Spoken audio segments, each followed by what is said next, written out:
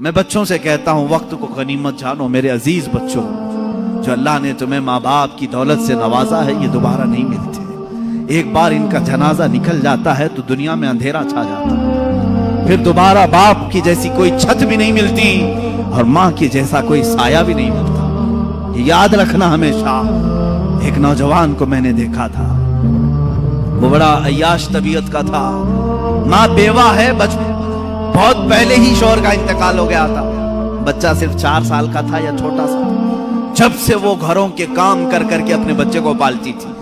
جوان ہوا تو اوباشوں کی صحبت میں لگ گیا، بدماشوں کی صحبت میں آ گیا۔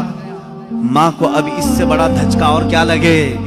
ایک دن آئی تھی میرے پاس روتے ہوئے، کہا غضب ہو گیا، زندگی نے پہلے ہی میرے سے شوہر کی جدائی، اور میں نے ایسے ایام کاٹے کہ لوگوں کے جھوٹے برتن دھوئے اس امید پر کہ ایک بیٹا ہے جوانی میں، یہ جب پہنچے گا تو میرے بڑھاپے کا سہارا ہوگا۔ لیکن مفتی صاحب ایسا ہو گیا کہ میرا بیٹا بدماشوں کی صحبت میں چلا گیا، اب میرا وہ آخری سہارا بھی ختم ہے، میں کس کے پاس جاؤں۔ وہ غم کے مارے اتنا روئی تھی، میں جب بھی آج یاد کرتا ہوں اس خاتون کو تو مجھے تنہائی میں رونا آتا ہے۔ میں جتنی کوشش ہو سکی، میں کوئی بہت بڑا مؤثر آدمی نہیں ہوں، ایک چھوٹا طالب علم، سوچا کہ اس نوجوان بچے کو بلاؤں، اس کے ساتھ میں نے تھوڑا وقت گزارا، اسے سمجھایا تیری ماں کی قدر و قیمت کیا ہے، وہ ایک بیوہ ہے، ایک بیوہ ہے، وہ 4 عورتوں کے ساتھ بیٹھنے میں شرم کرتی ہے، کیا تو اپنی ماں کے ساتھ وقت نہیں بتاتا؟ دنیا میں تیرے دوست ہوں گے، تجھے دوست چھوڑ کر کے جائیں تو تجھے کتنی تکلیف ہوتی ہے۔ تو سوچ اپنی ماں کو، اس کے تو کوئی دوست نہیں، اور اس کا بیٹا بھی اس کو رات اکیلا چھوڑ کر جاتا ہے۔ وہ رویا میرے پاس، کہا کہ حضرت میں وعدہ کرتا ہوں اپنی ماں کے لیے میں کام کروں گا۔ میں نے سمجھایا، دوسرے دن کہا میں نوکری کے لیے تلاش میں چلتا ہوں۔ مجھے وہ بات آج بھی یاد ہے، تقریباً 6-7 سال ہو گئے۔ وہ نوجوان ہے ابھی بھی، وہ سنتا بھی ہوگا۔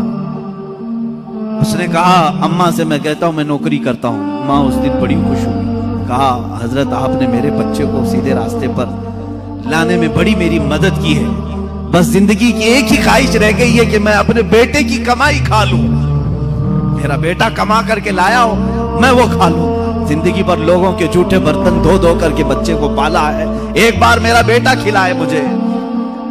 وہ اس آس میں رہی، وہ بنگلور یا کہیں کسی علاقے میں نوکری پر گیا، مہینہ گزرا تھا، تنخواہ آئی اس کی، اس نے کہا تنخواہ سنبھال کر، پہلی تنخواہ میں اپنی ماں کو لے کے جاتا ہوں۔ وہ پورا اپنی تنخواہ، اپنی سیلری لے کر کے گاؤں پہنچا تھا، اسے پتا ہی نہیں تھا اس کے گھر کے پاس بھیڑ جمع ہوئی تھی۔ جب اس نے دیکھا تو لوگوں نے کہا کہ تیری ماں کا رات میں انتقال ہو چکا۔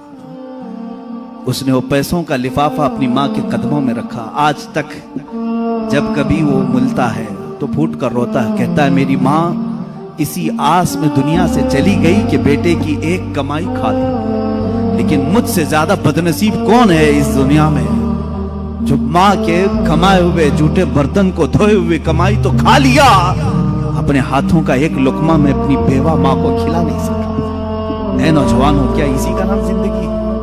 کیا اسی کا نام ایمان ہے؟ تمہارے اخلاق تو وہ ہونے چاہیے کہ تم باہر جاؤ تو تمہارے ماں باپ تمہارے اخلاق پر فخر کریں، تمہاری ایک ایک کمائی کے لیے وہ آج بھی انتظار میں۔ ایک بات یاد رکھنا، ماں باپ لالچی نہیں ہیں تمہارے، لیکن صرف ان کی خواہش یہ ہوتی ہے کہ بیٹا اپنے پیروں پر کھڑا ہو جائے۔ جب مرغی اپنے چوزوں کو خود کھاتے ہوئے دیکھتی ہے تو خوش ہو جاتی ہے، پہلے چونچ سے دانے توڑ توڑ کے کھلاتی رہتی ہے، لیکن جب بچے کھانے کے لائق ہو جاتے ہیں تو خوش ہوتی ہے۔ کیا تمہارے ماں باپ کو اتنی بھی خوشی نہیں دینا چاہتے ہو؟ آج اتنا بھی انہیں سکون نہیں دینا چاہتے؟ جنہوں نے ماں باپ کے ساتھ بدتمیزیاں کی ہیں انہوں نے دنیا میں اپنی جہنم خریدی۔ اللہ کے نبی صلی اللہ تعالیٰ علیہ وسلم سے کسی نے پوچھا ماں باپ کیا ہیں؟ حضور نے فرمایا وہ تیری جنت بھی ہے تیری دوزخ بھی ہے، وہ تیری جنت بھی ہے تیری دوزخ بھی ہے۔ جس نے ماں باپ کے ساتھ برا سلوک کیا اس نے دنیا میں دوزخ خرید لی ہے۔ اللہ کے نبی صلی اللہ علیہ وسلم نے یہاں تک فرمایا میں تو چاہتا ہوں کہ جس گھر میں والدین کا نافرمان ہو اس کے گھر کو آگ لگا دوں، دنیا میں آگ لگا دوں۔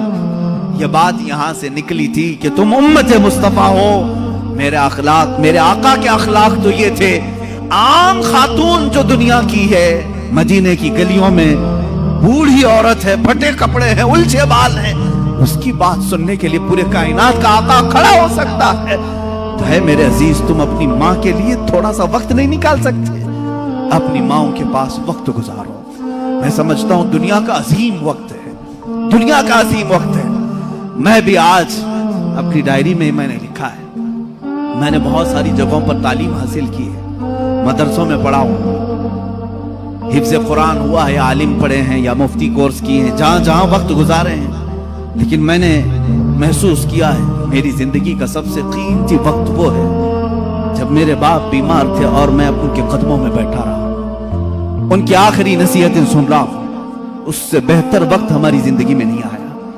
ایک میرے استاذ گرامی، مرشد گرامی کے پاس گزارا ہوا وقت، وہ میری زندگی کا لب لباب ہے، حاصل کلام ہے۔ میں سمجھتا ہوں میری نجات کا کوئی ذریعہ ہے تو یہی تو وقت ہے، باقی تو میں نے بھی دنیا میں کوئی اچھا کام نہیں کیا۔ لیکن میرے عزیزو یاد رکھو، تمہارے پاس، تمہارے والدین کے پاس گزارا ہوا تھوڑا وقت تو ہونی چاہیے۔ خوش کرو ان اولاد، ان والدین کو، اور یہ بھی یاد رکھنا آج وہ تمہارے والدین ہیں، کل تم کسی اور کے والدین بننے والے ہو، کل تم بھی باپ بنو گے، تمہارے سامنے بھی تمہارے بچے آئیں گے اور تم اس وقت درد کی سسکیاں لیتے رہو گے۔